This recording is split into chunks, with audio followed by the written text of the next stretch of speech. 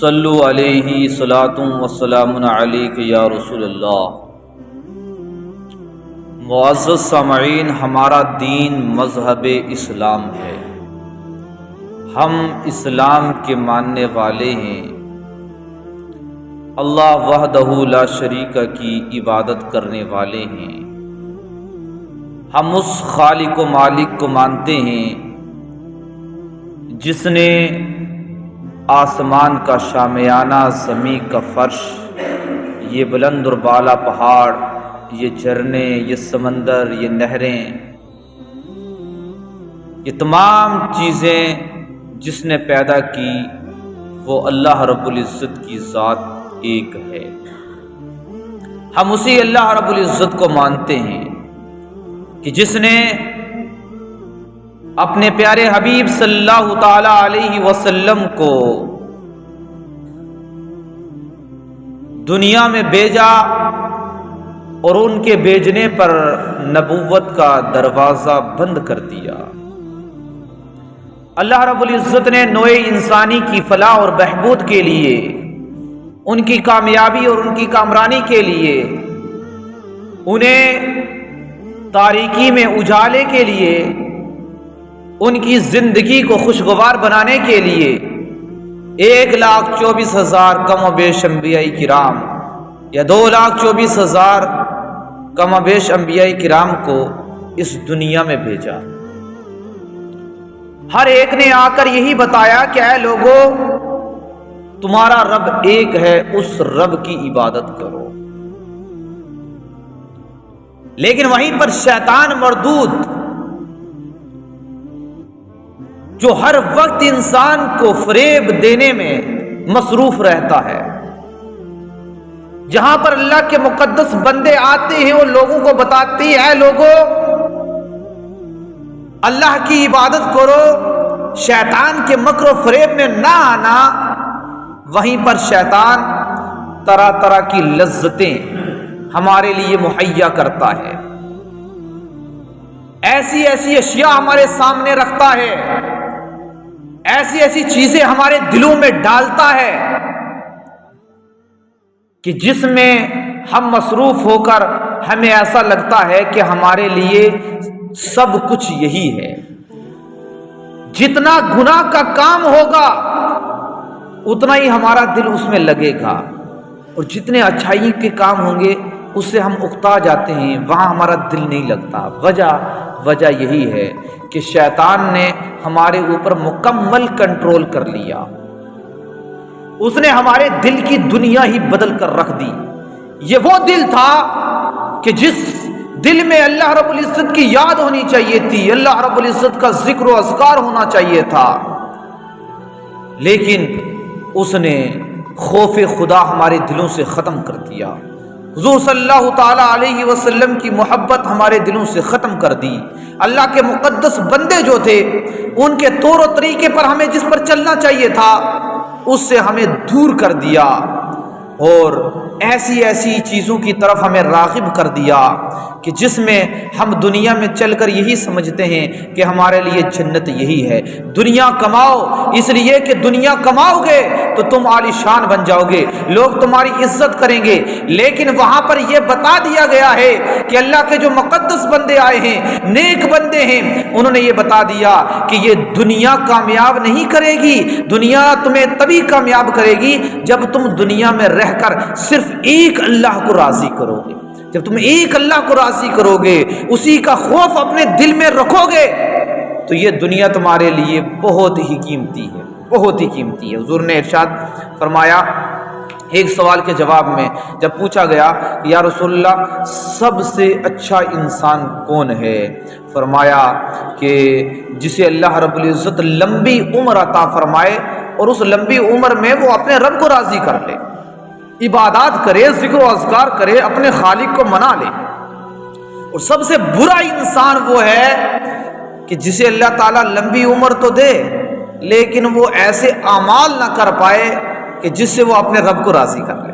اس سے برا انسان کوئی نہیں۔ تو پتہ چلا اچھا انسان وہ ہے جو اپنے خالق و مالک کو راضی کرتا ہے۔ ہم رات دن مصروف یہ رہتے ہیں کہ ہم لوگوں کو راضی کریں۔ ہر ایک انسان کی سوچ یہ ہے یار فلاں آدمی مجھ سے ناراض نہ ہو جائے، فلاں نہ ہو جائے، فلاں نہ ہو جائے۔ کتنی ہی کوشش کر لو نہیں راضی کر پاؤ گے۔ اگر تم چاہتے ہو کہ یہ سب تم سے راضی ہو جائیں، اگر تم چاہتے ہو کہ یہ سب تمہارے ہو جائیں، تو تم کسی کو راضی مت کرو، صرف اور صرف اللہ رب العزت کو راضی کر لو، یہ سب تم سے راضی ہو جائیں گے۔ کیوں؟ اس لیے کہ تمام کے دل اس رب کے قبضے میں ہیں، اسی کی قدرت میں ہیں۔ وہ جس سے راضی ہوتا ہے تو لوگوں کے دل اس کی طرف پلٹ دیتا ہے، تو لوگ نہ چاہ کر بھی اس سے محبت کرتے ہیں۔ کیوں؟ اس لیے کہ وہ اب اللہ کا محبوب بن گیا ہے، اور جب وہ اللہ کا محبوب بن گیا ہے تو وہ دنیا میں بھی کامیاب ہو جاتا ہے، آخرت میں بھی کامیاب ہو جاتا ہے۔ عزیزان ملت اسلامیہ، رب ارشاد فرماتا ہے یا ایھا الانسان ما غرک بربک الکریم، اے انسان تجھے تیرے کریم پروردگار سے کس نے دھوکے میں ڈال دیا؟ اے انسان کیا تجھے یہ پتا نہیں تھا کہ وہی رب ہے کہ جس نے تجھے پانی کے ایک ناپاک قطرے سے پیدا کر دیا؟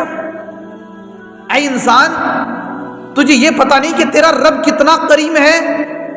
اس نے تجھے دیکھنے کے لیے آنکھ عطا فرمائی ہے، سننے کے لیے کان عطا فرمائے ہیں، بولنے کے لیے زبان عطا فرمائی ہے، چلنے کے لیے پاؤں عطا فرمائے ہیں، پکڑنے کے لیے ہاتھ عطا فرمائے ہیں، ارے سوچ اور فکر کے لیے تمہیں دماغ عطا فرمایا ہے، تمہیں دل عطا فرمایا ہے، جسم کے اندر کے تمام اعضاء تجھے عطا فرمائے ہیں۔ اے انسان کیا تو نے اس میں غور نہیں کیا کہ تیرا رب کتنا کریم ہے، اس نے تجھے کتنا نوازا تھا؟ تو اس میں غور کرتا نا، تو نے اس میں غور نہیں کیا اور تو اپنے رب سے دھوکے میں پڑ گیا، تجھے شیطان نے دھوکے میں ڈال دیا۔ حالانکہ تجھے یہ بھی پتا تھا، تجھے میں نے آنکھیں عطا فرمائی تھی، ایک انسان وہ بھی تھا کہ جسے آنکھیں نہیں عطا فرمائی تھی، اس سے پوچھ کہ اس کے پاس سب ہے، مال و دولت بھی ہے، بیوی بھی ہے، گھر بھی ہے، آنکھیں نہیں ہیں، لیکن اس کے پاس ایسا لگتا ہے کہ کچھ بھی نہیں، لیکن میں نے تجھے آنکھیں بھی عطا فرمائی تھی۔ ارے پھر بھی تو نہ سمجھ پائے تو میں نے تجھے 2 ہاتھ دیے تھے جس کے ذریعے تو پکڑتا۔ ایک انسان وہ بھی تھا جسے میں نے ہاتھوں سے معذور رکھا تھا، اسے دیکھ لیتا کہ تو آج اپنے ہاتھ کے ذریعے بڑے بڑے کام انجام دیتا ہے، لیکن ایک وہ انسان ہے کہ جو اپنے ہاتھ سے خود ہی کھانا نہیں کھا سکتا کیونکہ اس کے پاس ہاتھ ہی نہیں، لیکن تجھے ہاتھ دیے تھے، اس کے ذریعے تو ٹٹول سکتا تھا۔ یہ ملائم ہے، یہ سخت ہے، یہ کیا ہے؟ تو غور کرتا نا۔ میں نے تجھے پھر بھی غور نہیں کیا تو میں نے تجھے 2 پاؤں دیے جس کے ذریعے تو جاتا ہے، گھومتا ہے، پھرتا ہے، تیرا دل گھر میں نہیں لگتا، تو گھر کے باہر جاتا ہے، ٹہلتا ہے، واکنگ کرتا ہے، انجوائے کرتا ہے، تو یہ تو سوچ لیتا تجھے 2 پیر دیے ہیں تبھی تو ٹہل رہا ہے۔ اور ایک وہ انسان تھا جسے پیروں سے معذور رکھا تھا، وہ کہیں بھی نہیں جا سکتا۔ لوگ بتاتے ہیں کہ بھائی آگرہ بہت خوبصورت ہے، لیکن وہ تو محتاج ہے نا، جب گھر والے اسے اٹھا کے لے جائیں گے تبھی وہ جائے گا، نہیں جا سکتا۔ تجھے میں نے پاؤں سے سالم رکھا تھا، تجھے پاؤں عطا فرمائے تھے، اتنی بڑی نعمت عطا فرمائی تھی، تو نے جب چاہا جہاں کا ارادہ کیا وہاں تو ان پاؤں کے ذریعے چلا گیا۔ یہ تجھے نہیں پتا تھا کہ یہ اللہ کی کتنی بڑی نعمت ہے؟ یہ اس لیے نہیں دی تھی تو گھومتا رہتا، تو پھرتا رہتا، تو دنیا کی لب و لہائی پہ پڑا رہتا، نہیں، بلکہ میں نے اس لیے عطا فرمائے تھے تاکہ رات رات بھر ان پاؤں کے ذریعے کھڑے ہو کر تم میری بارگاہ میں قیام کرتا۔ اے انسان میں نے تجھے کیا نہیں دیا؟ میں نے تجھے، آج لوگ کہتے ہیں کہ بھائی تو بہت اچھا بولتا ہے، تیرا انداز تکلم بہت اچھا ہے، تیری تقریر بہت اچھی ہے، تیری تحریر بہت اچھی ہے۔ اے انسان یہ لوگ تم سے محبت کرتے ہیں، کیوں محبت کرتے ہیں؟ اس لیے کہ تیری آواز اچھی ہے، تیرے بولنے کا انداز اچھا ہے۔ اے انسان ایک وہ انسان بھی میں نے بنایا تھا کہ جسے سب کچھ تو دیا تھا لیکن اس کے اندر بولنے کی میں نے صلاحیت نہیں رکھی تھی، وہ بول نہیں سکتا تھا، لیکن تجھے بولنے کی صلاحیت دی تھی۔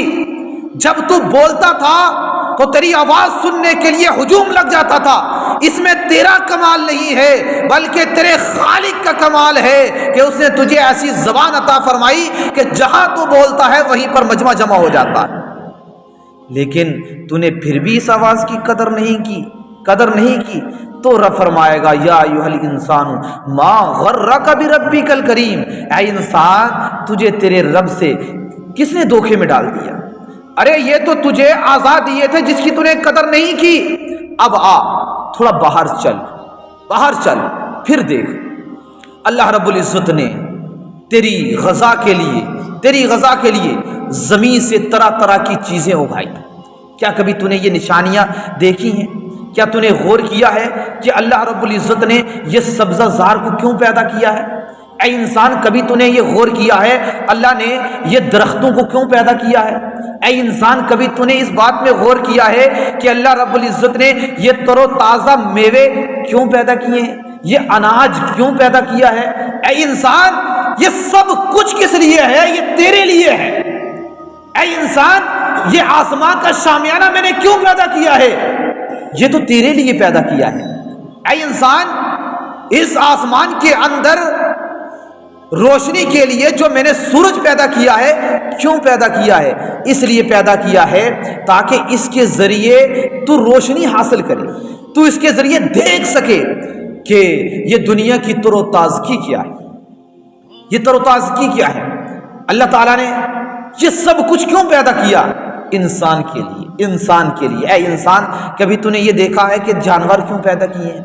میں نے جانور اس لیے پیدا کیے ہیں تاکہ تو ان کی غذا کھائے، ان کا گوشت کھائے، لذت حاصل کرے۔ جب تو اس کا گوشت کھائے تو اللہ کا شکر ادا کر کہ اللہ نے تیری غذا کے لیے کیسا عمدہ اہتمام کیا ہے۔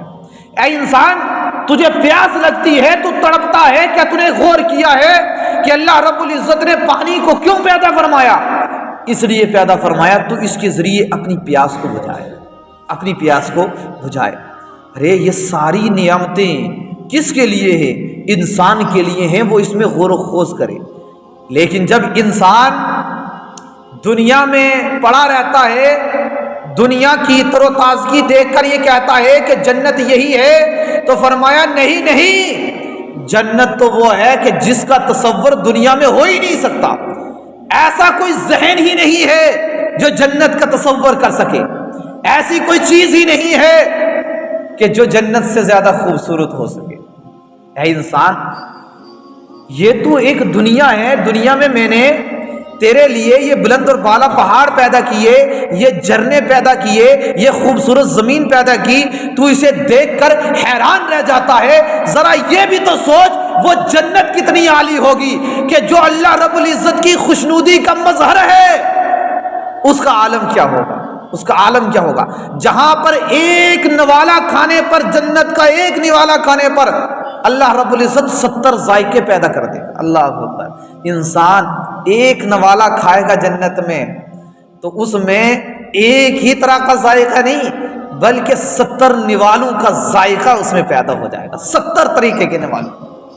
اللہ اکبر۔ مسلمان کیا عالی شان معاملہ ہوگا وہاں پر، ذرا سوچو تو صحیح۔ آج ہم دنیا میں صرف یہی مقصد ہوتا ہے، رات میں سوتے ہیں تو سوتے سمے ہمارے ذہن میں یہ ہوتا ہے پیسہ پیسہ پیسہ، اٹھتے ہیں تو پیسہ، کہیں جاتے ہیں تو پیسہ، ہماری زمینیں، یہ دولت، یہ سب کچھ، یہ کچھ بھی نہیں ہے۔ بیان فرمایا گیا ہے کہ اللہ رب العزت کے نزدیک اگر یہ مال و زر، یہ دنیا کچھ حیثیت رکھتی تو اللہ رب العزت کافروں کو اس میں سے کوئی حصہ نہیں دیتا۔ حضور صلی اللہ تعالی علیہ وسلم کے ساتھ صحابہ کرام ایک مقام پر جا رہے تھے تو دیکھا کہ ایک مردار بکری پڑی ہوئی ہے۔ کیا؟ مردار بکری پڑی ہوئی ہے جس کی ٹانگیں کھڑی ہیں، کیونکہ جب سکڑ جاتی ہیں تو ٹانگیں کھڑی ہی ہوں گی، سکڑی ہوئی ہیں۔ تو حضور نے ارشاد فرمایا اے میرے صحابہ، اس بکری کی اس کے مالک کے نزدیک کوئی قدر و قیمت نہیں ہے۔ اگر اس بکری کی اس کے مالک کے نزدیک کوئی قیمت ہوتی تو وہ اسے بیکار نہیں پھینکتا۔ ایسے ہی دنیا کی مثال ہے کہ اگر یہ دنیا اللہ کے نزدیک مچھر کے پر کے برابر بھی حیثیت رکھتی تو اللہ رب العزت اس میں سے کافروں کو حصہ نہیں دیتا. دیا ہے، نافرمانوں کو حصہ دیا ہے. تو اس سے پتہ یہی ہے کہ دنیا یہ مومن کے لیے قید خانہ ہے اور کافروں کے لیے جنت ہے. ہم یہ سوچتے ہیں ارے کافر رات دن اللہ رب العزت کی نافرمانی کرتے ہیں، وہ رات دن بتوں کو پوجتے ہیں، وہ رات دن دیگر معبودات کی عبادت کرتے ہیں، اللہ کی نافرمانی کرتے ہیں، لیکن پیسہ تو ان کے پاس زیادہ ہے، پیسہ تو ان کے پاس زیادہ ہے. ارے یہ نہیں دیکھتے ہو کہ مولانا رات دن جو ہے مسجد میں رہتے ہیں، نماز پنجگانہ جماعت کے ساتھ پڑھاتے ہیں، تو پھر بھی 2-3 ہزار سے اوپر تم نہیں دیتے ہو. اگر یہی معاملہ ہوتا، پیسے کا معاملہ ہوتا تو مولانا سے زیادہ پیسے کے اعتبار سے مالدار کوئی نہیں ہوتا. یہ کیوں نہیں عقل میں آتی ہے؟ پتا چلا جو دین سے دوری رکھتا ہے، جو اللہ سے دور ہوتا ہے، جو مساجد سے دور ہوتا ہے، اللہ رب العزت سے مال و دولت دیتا ہے. لے تو اسی کے لائق تھا، تو اسی کے لائق تھا، آخرت کی نعمتوں کے تو لائق نہیں تو سب سے بڑے مالدار نا، نہیں تو ہم تاریخ کا مطالعہ کرتے ہیں تو ہمارے نبی سے بڑی سخاوت والی ذات کون سی ہے جن کے لیے یہ ساری کائنات بنائی گئی، ساری کائنات بنائی گئی، ساری کائنات. یہاں تک کہ حضور سے فرمایا گیا یا رسول اللہ آپ کو اختیار ہے، آپ چاہیں تو سونے چاندی کے یہ جو پہاڑ ہے نا یہ سونے چاندی میں تبدیل ہو جائیں اور آپ کے شانہ بشانہ چلیں. حضور نے فرمایا نہیں، مجھے یہ ٹھاٹ باٹ والی زندگی نہیں. اے اللہ مجھے مسکینوں میں زندہ رکھنا، مسکینوں میں مجھے موت دینا اور مسکینوں کے ساتھ ہی میرا تو حشر فرما. یہ بھی دیکھا تاریخ میں آتا ہے کہ مصطفیٰ کریم صلی اللہ تعالی علیہ وسلم کی وہ ذات کہ جن کے گھرانے سے کبھی کوئی خالی نہیں گیا. کہتے ہیں نا اعلیٰ حضرت واہ کیا جود و کرم ہے شہ بطحا تیرا، نہیں سنتا ہی نہیں مانگنے والا تیرا. اس کا شان اقدس کا عالم یہ تھا کہ ایک مہینے تک چولہا نہیں جلا کرتا تھا. ایک مہینے تک گھر والے کھجوریں چوس کر اور کھجوروں کے جو گٹلیاں ہوتی تھی اسے چوس کر پانی پی لیا کرتے تھے، اس سے گزارا کیا کرتے تھے. مقصد کیا ہے؟ اگر اس پیسے کی ویلیو ہوتی تو اللہ رب العزت اپنے نبی کو یہ کبھی نہ فرماتا کہ قل رب زدنی علما، اے میرے حبیب آپ علم کی طلب کرو. رب یہ فرماتا ہے حبیب پیسے مانگ، میرے حبیب تو سونا مانگ، چاندی مانگ، دنیا کی نعمتیں مانگو. نہیں، فرمایا قل رب زدنی علما، اے میرے حبیب آپ اپنے رب سے دعا کرو کہ میرے علم کو زیادہ فرما. اس لیے کہ یہ علم کی دولت ہی ایسی ہے جو تخت و تاج سے نواز دیتی ہے. تو پتا چلا کہ جتنا بڑا نافرمان اس کے پاس اتنا ہی زیادہ پیسہ. کیوں؟ رب فرماتا ہے دیکھ تیری اوقات صرف دنیا کے زیورات میں تھی، دنیا کے مال و زر میں تھی، لیکن اگر تو اللہ کے یہاں مقام حاصل کرتا نا، رب کے سامنے سر جھکاتا، اللہ رب العزت ایسے محل تجھے عطا فرماتا جسے سونے اور چاندی کی اینٹوں سے مزین کیا گیا ہے، بنایا گیا ہے، اور مشک کے گارے سے جن کی تعمیر کی گئی ہے وہ تجھے عمارت وہاں جنت میں عطا فرماتا. لیکن کتنا سستا سودا ہے، کتنا سستا سودا. اللہ نے فرمایا وہ تو نہایت سستا سودا بیچ رہے ہیں جنت کا. ہم مفلس کیا مول چکائیں، ہمارے ہاتھ ہی خالی ہے. بھائی ہم تو بالکل بھکاری ہیں. انسان یہ کہتا ہے کہ میرے مسجد میں 10,000 15,000 دے دیے، 10 بار اعلان کروا دیا تو میں بہت بڑا مالدار. نہیں، جنت صرف ہم نے 10,000 روپے مسجد میں لگا دیے یا مسجد میں ٹائلز لگا دی تو جنت نہیں مل گئی. مسجد کی خوبصورتی ٹائلز سے نہیں ہے، مسجد کی خوبصورتی اچھا ماربل لگانے سے نہیں ہے، مسجد کی خوبصورتی اچھی لائٹیں لگانے سے نہیں ہے، بلکہ مسجد کی خوبصورتی اچھے نمازیوں کے ذریعے ہے.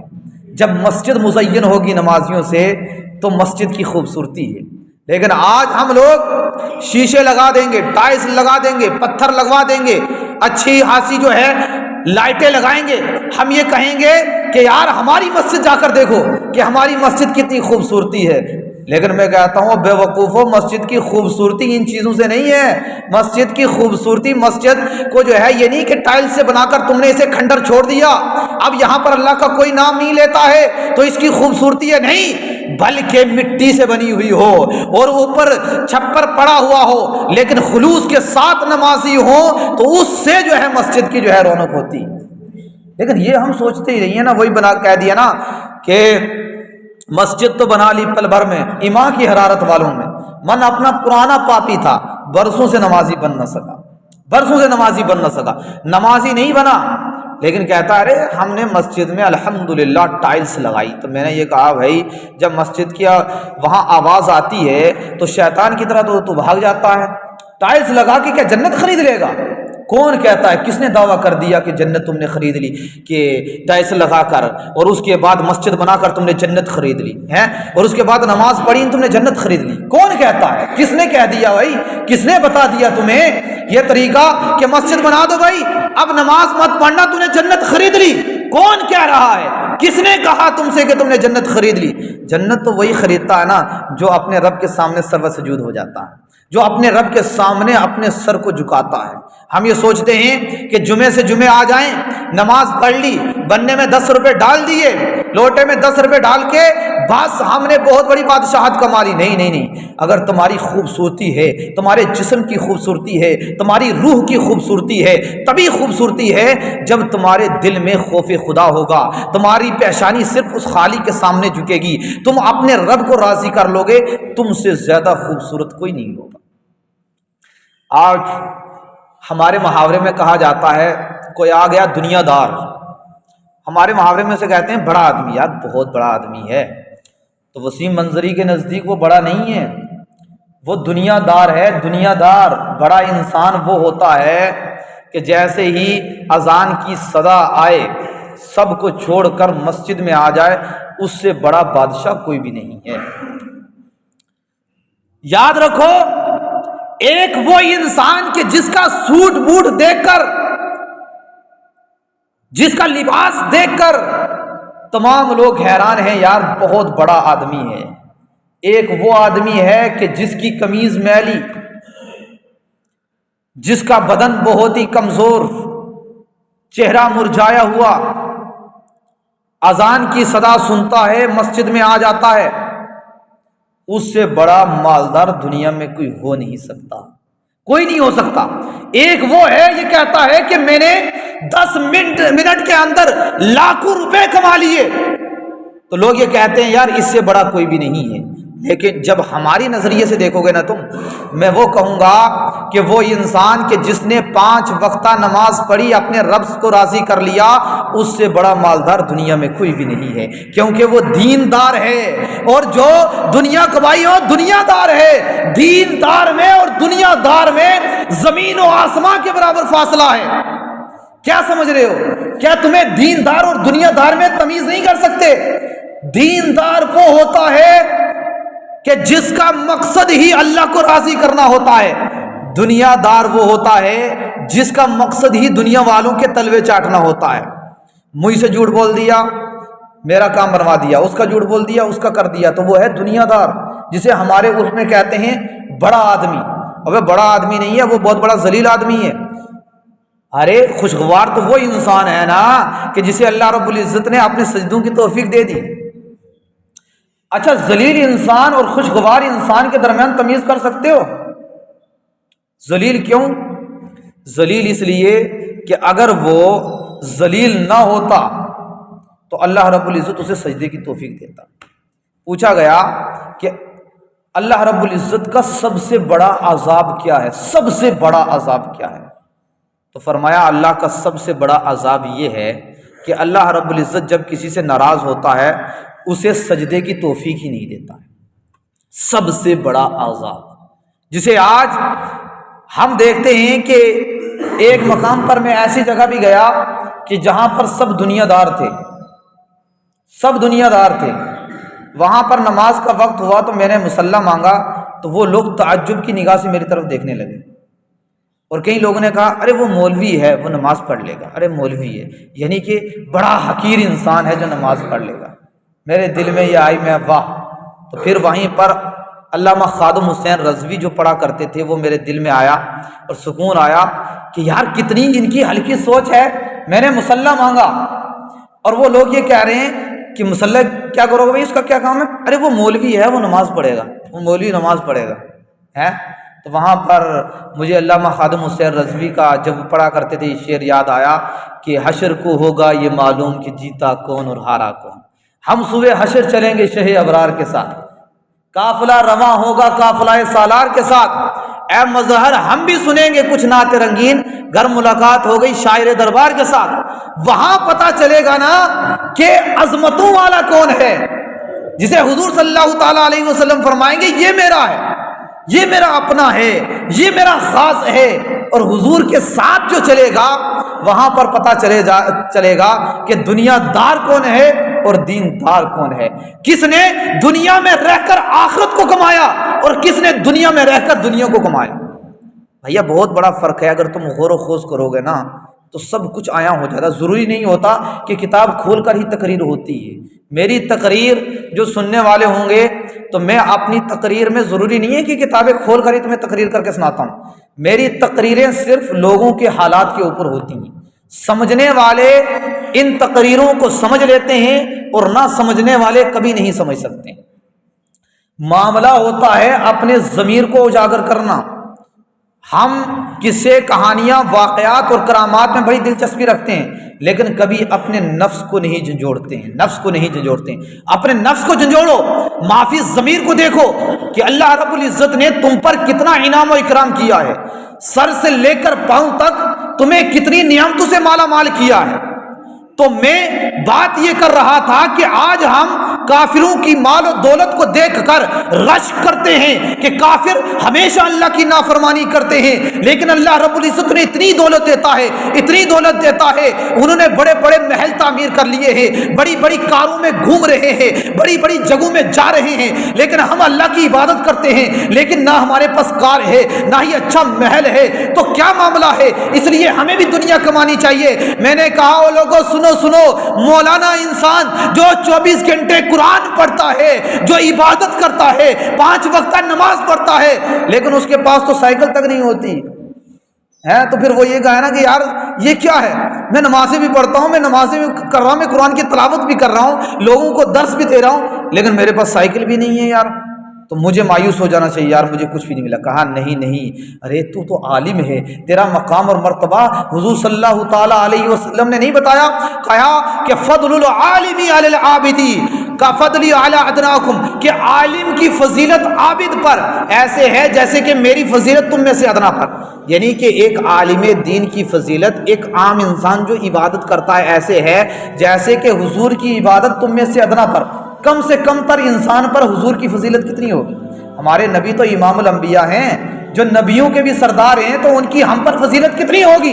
کہا کہ عالم کی فضیلت عابد پر ایسے ہے کہ جیسے میری فضیلت، حضور نے فرمایا میری فضیلت تم میں سے ادنا انسان پر.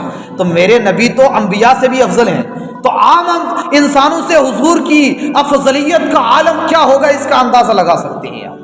اور وہیں پر ایک اور مقام اور مرتبہ فرمایا کہ کل میدان محشر میں معاملہ یہ ہوگا کہ جب تمام حضور کے چاہنے والے آئیں گے تو حضور انہیں جام پلائیں گے، یعنی نکال کر دیں گے، لو بھائی پیو. لیکن عالم کی شان اور مقام یہ ہوگا کہ حضور اپنے چلو میں پانی بھریں گے، حوض کوثر کو بھریں گے اور عالم میں دین کو پلائیں گے، لے پی. کیوں؟ اس لیے کہ تو نے دنیا میں رہ کر جو ہے میرے دین کو آگے بڑھایا ہے. اسلام کی سربلندی کے لیے تو نے دنیا کے مال و زر کو نہیں دیکھا، سونے چاندی کو نہیں دیکھا، لوگوں کی ٹھاٹ باٹ والی زندگی نہیں دیکھی، مسکینوں جیسی زندگی کو تو نے پسند کیا اور دین کی خدمت کرتا رہا. لوگ تجھے تانا بھی دیتے رہے، لوگ تجھے طرح طرح کی باتیں بھی کہتے رہے، لیکن تو نے ان باتوں پر کان نہیں دھرے، لیکن دین کا کام کرتا رہا. تو نے دنیا میں بہت مشقتیں جھیلی ہیں. آؤ آج میں تجھے حوض کوثر اپنے ہاتھوں سے پلاؤں گا. اللہ اکبر. یہ عالم کی شان، یہ عالم کی شان. اور وہاں پر ایک فضیلت اور بتاؤں کہ جب جو جہاد کرنے والے مجاہدین ہیں وہ بھی جنت میں جائیں گے، عبادت کرنے والے ہیں وہ بھی جنت میں جائیں گے. جب عالم کا معاملہ آئے گا وہ جب جنت میں جائیں گے تو رب فرمائے گا کہ علماء کرام رک جائیں، علماء کرام عرض کریں پروردگار عالم اس انسان نے نمازیں پڑھی ہیں تو میرے بتانے سے پڑھی ہیں. بھائی عالم تو بتاتا ہے کہ نماز کی فضیلت کیا ہے، عظمت کیا ہے. اگر کوئی جہاد کرتا ہے، جنگ میں تلوار لہراتا ہے اسلام کی سربلندی کے لیے، تو علماء نے تو بتایا نا جہاد کی فضیلت کیا ہے، جہاد کی عظمت کیا ہے. تو عرض کریں گے پروردگار عالم ان لوگوں نے جو بھی عمل کیے ہیں تو وہ ہمارے بتانے سے کیے ہیں. ان کو تو جنت میں بھیج دیا گیا اور ہمیں جنت میں نہیں بھیجا. رب فرمائے گا نہیں، معاملہ یہ نہیں ہے. معاملہ یہ ہے کہ تم نے دنیا میں لوگوں کو دین کی دعوت دی. آج خصوصی میری طرف سے انعام یہ ہے جس کی چاہو شفاعت کرو اور اپنے ساتھ اسے جنت میں لے کر. یہ عالم کی شان بھائی، یہی عالم کی شان ہے. لوگ کہتے ہیں نا بڑی اپنی جیب سے نکالیں گے ایسے 10-20 روپے 50-100 روپے دے دیں. یار بڑے غریب انسان ہیں کہ تنخواہیں بڑی کم ہیں. میں نے کہا بھیا غریب وہ ہوگا کہ جس کے پاس دین نہیں ہوگا، ایمان نہیں ہوگا، خوف خدا نہیں ہوگا. میں کہتا ہوں الحمدللہ مجھ سے بڑا مالدار شاید ہی کوئی ہو. کیوں؟ اس لیے کہ ہمیں دنیا کی نعمتیں اگرچہ نہیں مل رہی ہیں لیکن آخرت میں جو مقام اور مرتبہ ہوگا وہ باتیں الگ. بھائی پہلی بات تو یہ ہے کہ دنیا میں ہم دیکھتے ہیں کہ علماء کے جیسا لباس کوئی بھی نہیں پہنتا ہوا نظر آئے. ہمیشہ ان کا جسم خوشبو سے مہکتا رہے گا. ان کی ہر ایک ادا، کوئی بھی چیز دیکھو، چلنے کا، کھانے کا، پینے کا، ہر ایک انسان روتا ہے یار کھانا نہیں ہے. لیکن علماء کرام پر یہ خصوصی انعام ہوتا ہے. شاید ہی کوئی ایسا دن ہوگا جس دن لذیذ کھانے نہیں ملیں گے. شاید ہی کوئی دن ہوگا. بھائی یہ عظمت ہے، یہ شان ہے، یہ حضور کے دین کی خدمت کرنے کا انعام یہ ملا کہ لوگ اگرچہ تمہاری تنہاؤں کی طرف دیکھتے ہیں لیکن تمہاری عظمتوں کی طرف اگر یہ دیکھ لیں، یہ رش کریں گے کاش ہم بھی ان کی طرح ہو جائیں. یہ پیسہ کوئی چیز نہیں ہے. پیسہ نہ ہو کر بھی میں نے اتنی برکت عطا فرمائی ہے کہ علماء کرام اپنے گھر والوں کو بھی خوشحال رکھتے ہیں، اپنے آپ کو بھی چلاتے ہیں، اچھا لباس سے تن کرتے ہیں. کوئی بھی عالم ہوگا وہ 250-300 سے کم کا جو ہے کپڑا پہنے گا ہی. 250-300 روپے میٹر، اتنا نہیں کہ 250-300 روپے کپڑا، 250-300 روپے میٹر، 400 روپے 500 روپے میٹر سے کم نہیں. اگرچہ تنہائی کم ہے لیکن اللہ تعالیٰ نے اس کے اندر برکت ایسی رکھی ہے کہ تم ان کی جگہ نہیں پہنچ سکتے. کیوں؟ یہ دین کا کام کرنے کی وجہ سے. اس لیے تو کہتے ہیں نا کہ یہ ناز یہ انداز ہمارے نہیں ہوتے، جولی میں اگر ٹکڑے آقا تمہارے نہیں ہوتے. یہ علماء جو ٹھاڑ بھاڑ والی زندگی گزار رہے ہیں یہ صرف ہمارے حضور کا صدقہ ہے، یہ اللہ تعالیٰ کی طرف سے انعام ہے اور لوگوں کے لیے نصیحت ہے. علماء کا دامن تھام لو. جس طریقے سے خوشحال زندگی یہ گزارتے ہیں ایسے تم بھی گزارو گے. ہم سے زیادہ مالدار کوئی نہیں ہے. تو کیا فرمایا؟ یہ ناز یہ انداز ہمارے نہیں ہوتے، جولی میں اگر ٹکڑے آقا تمہارے نہیں ہوتے اور ملتی نہ اگر بھیک حضور آپ کے در سے، اس ٹھاٹ سے منگتوں کے گزارے نہیں ہوتے. اور بے دام ہی بک جائیے دربار نبی میں، اس شان کے سودے میں خسارے نہیں ہوتے. اس شان کے سودے میں خسارے نہیں ہوتے. جو دربار مصطفیٰ میں جا کر بک جاتے ہیں نا تو پھر ان کی شان اور عظمت اور ان کے چرچے دنیا سے تو چلے جاتے ہیں لیکن ان کے چرچے کبھی ختم نہیں ہوتے. اس لیے فرمایا نا حضور نے من سار بالعلم حیا لم یمت ابدا. جو علم کے ذریعے زندہ ہوتا ہے وہ کبھی مرتا نہیں ہے، کبھی نہیں مرتا. اعلیٰ حضرت کو وصال فرمائے ہوئے کتنا عرصہ ہو گیا؟ 100 سال سے زائد عرصہ ہو چکا ہے، 100 سال سے زائد. تو کیا کبھی اعلیٰ حضرت کو یہ لگا کہ اعلیٰ حضرت ہمارے درمیان سے چلے گئے؟ کیوں؟ اسی لیے حضور نے فرمایا جو علم کے ذریعے اگر تم چاہتے ہو کہ کبھی نہ مرو. ہم یہاں دیکھتے ہیں کہ 40واں ہوتا نہیں ہماری قبر پھٹی ہوئی ہوتی ہے، کسی کو پھول چڑھانے کی توفیق نہیں ہوتی. لیکن غوث اعظم کو کسی نے دیکھا ہے؟ کئی صدیاں گزر گئی ہیں، 800-900 صدیاں گزر چکی ہیں لیکن غوث اعظم آج بھی تر و تازہ ہیں. کیوں؟ وہ علم کے ذریعے زندہ ہوئے ہیں، پیسے کے ذریعے زندہ نہیں ہوئے ہیں کہ سمجھو کہ پیسہ ہی سب کچھ ہے. نہیں، ان سب چیزوں کو ہٹا کر تم دیکھو اللہ رب العزت ہر چیز کے اندر برکت دے گا. میں یہ نہیں کہتا کہ تم مال مت کماؤ، میں یہ نہیں کہتا تم پیسہ مت کماؤ، پیسہ کماؤ لیکن اس کے ساتھ میں جو لوازمات ہیں، یہ مسجدیں تمہاری ناک ہیں، یہ مدرسے تمہاری ناک ہیں. کوئی بھی آئے گا تمہارے گھر کو عالیشان نہیں دیکھے گا، یہ دیکھے گا کہ تمہاری عبادت گاہ کیسی ہے، تمہاری عبادت گاہ کیسی ہے، جہاں تم عبادت کرتے ہو وہ کیسی ہے. یہ نہیں دیکھا جائے گا کہ بھائی آؤ میرا گھر دیکھو. اگر کوئی خوش دل انسان ہوگا کہے گا چلو پہلے مسجد میں نماز پڑھیں، مسجد میں آئے گا لائٹیں خراب نظر آئیں گی ہیں، پانی کی ٹینکیاں خراب نظر آئیں گی، اس کے بعد مسجد کا برا حال ہوگا، تو اس وقت کہیں گے یار گھر کو تو تم نے عالی شان بنا لیا، لیکن اللہ تعالیٰ نے تجھے اتنی توفیق نہیں دی کہ تو اپنی مسجد کو بنا لے۔ یہ ہماری ناک ہے، ناک، اگر میں تمہاری ناک کاٹ دوں تو کیسا لگے گا؟ ساری دنیا میں جو ہے ذلیل و خوار ہوتے ہوئے نظر آؤ گے، اور انسان مومنوں کی پہچان مسجد ہے۔ اس لیے حضور صلی اللہ تعالیٰ علیہ وسلم جب مکہ المکرمہ سے ہجرت کر کے مدینہ المنورہ گئے تو سب سے پہلے اپنا کاشانہ نہیں بنایا تھا، اپنی کسی بیوی کا حجرہ تعمیر نہیں کروایا تھا، سب سے پہلے مسجد کی بنیاد رکھی تھی۔ کیوں؟ اس لیے کہ یہ مسجد ہی یہی ہے جو حق اور صداقت کی آواز بلند کرنے والی ہے، جو برائی سے روکنے والی ہے اور اچھائی کی دعوت دینے والی ہے، تو وہ مسجد سے صدا جاتی ہے۔ آج جتنی بھی خرافاتیں ہوتی ہیں اس کے خلاف اگر آواز بلند کرنے والے ہوتے ہیں تو وہ مسجد کے امام ہوتے ہیں، مسجد کے امام ہوتے ہیں۔ لیکن انہی مسجد کے اماموں کو ذلیل اور خوار سمجھا جاتا ہے۔ لیکن میں یہ کہتا ہوں بھیا وہ ذلیل و خوار نہیں ہے، تیری سوچ ہی ایسی ہے، تیرے ذہن میں ہی گندگی بھری ہوئی ہے جو یہ کہے کہ ابھی کوئی چھوٹا بچہ، میں یہ کہتا ہوں نا یہ بے وقوف ہیں، ان کی بے وقوفی پر کتنا بھی انہیں ذلیل کر دو یہ کبھی سدھریں گے نہیں۔ ابھی کوئی بچہ اٹھ کے چلا جائے کہے کہ امام صاحب نے ایسے کہہ دیا بھائی، تو امام صاحب کی بات کو نہیں مانے گا، اس آدمی کی بات کو مان دے گا۔ ابھی کوئی داڑھی منڈا یہ کہہ دے، فاسق یہ کہہ دے کہ امام صاحب نے ایسے کہہ دیا، تو وہ فاسق اگرچہ ہے، داڑھی منڈا اگرچہ ہے، اس کی کوئی قدر نہیں ہے شریعت میں، لیکن اس کے باوجود بھی اس کی بات کو ترجیح دی جائے گی، امام کی بات کو ترجیح نہیں دی جائے گی۔ میں نے کہا تجھ سے بڑا ذلیلی کون ہے؟ اگر تو یہ چاہتا کہ جب مسجد میں نماز پڑھنے جاتا کہتا ہے پیچھے سے امام صاحب کے، اتنی بڑی چیز، اتنی بڑی عبادت جب تو کر رہا ہے تو تب نے امام پر اعتماد کر لیا، لیکن دنیا کی باتوں میں نے امام کی باتوں پہ اعتماد نہیں کیا۔ کتنا گھٹیا انسان ہوگا بھائی، کتنا بڑا ذلیل انسان ہوگا بھائی کہ جو امام کی باتوں کو دنیاوی معاملات میں امام کو جھٹلا دے گا، لیکن جب نماز کی بات آئے گی کہے گا پیچھے اس امام صاحب کی۔ کتنا بڑا بے وقوف ہے بھائی، کتنا بڑا بے وقوف ہے۔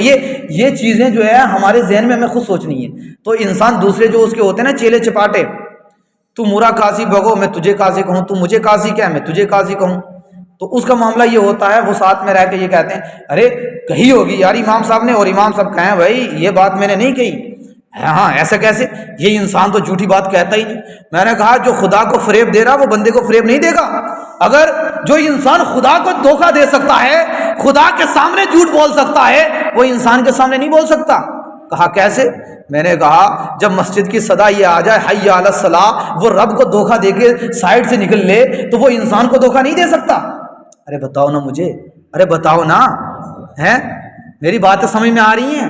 جب مسجد سے صدا یہ آئے، خدا کے گھر سے صدا آئے حی علی الصلاۃ حی علی الفلاح، تو وہ یہاں دھوکہ دے دے تو وہ تمہیں دھوکہ نہیں دے سکتا۔ سمجھ لو وہ انسان سب سے بڑا جھوٹا ہے، اس کی بات کا کوئی اعتبار نہیں ہے۔ جو خدا کو نہ مانے، خدا کے گھر کی صدا کو جھٹلا دے، تو وہ کتنا بڑا اپنی لائف میں جھوٹا ہوگا اس کا اندازہ تم لگا سکتے ہو، ہیں؟ تو لوگ اس کی بات کا اعتماد کریں گے، امام کی باتوں کا اعتماد نہیں کریں گے۔ الغرض آپ لوگ بہت اچھے ہو، اللہ تعالیٰ نے آپ کو اتنی دعوت دی کہ آپ مسجد میں آ جاتے ہو، نمازیں پڑھو، یہی اصل کام ہے، نہیں تو میدان محشر میں بالکل کوئی معاملہ ہی پتہ نہیں چلے گا کہاں گئے کدھر گئے۔ اس لیے میری تقریروں میں کرواہٹ پن ہوتا ہے، وہ صرف تمہیں جھنجھوڑنے کے لیے، تمہارے معافر ضمیر کو ادا کرنے کے لیے، نہیں تو میں بھی قصے کہانیاں سنا کر اپنی تقریر کو اچھا بنا سکتا ہوں، لیکن مجھے اس کی ضرورت نہیں ہے۔ مجھے اتنی ضرورت ہے کہ میں اگر اپنی تبلیغ کروں تو تمہارے معافر ضمیر کو جھنجھوڑ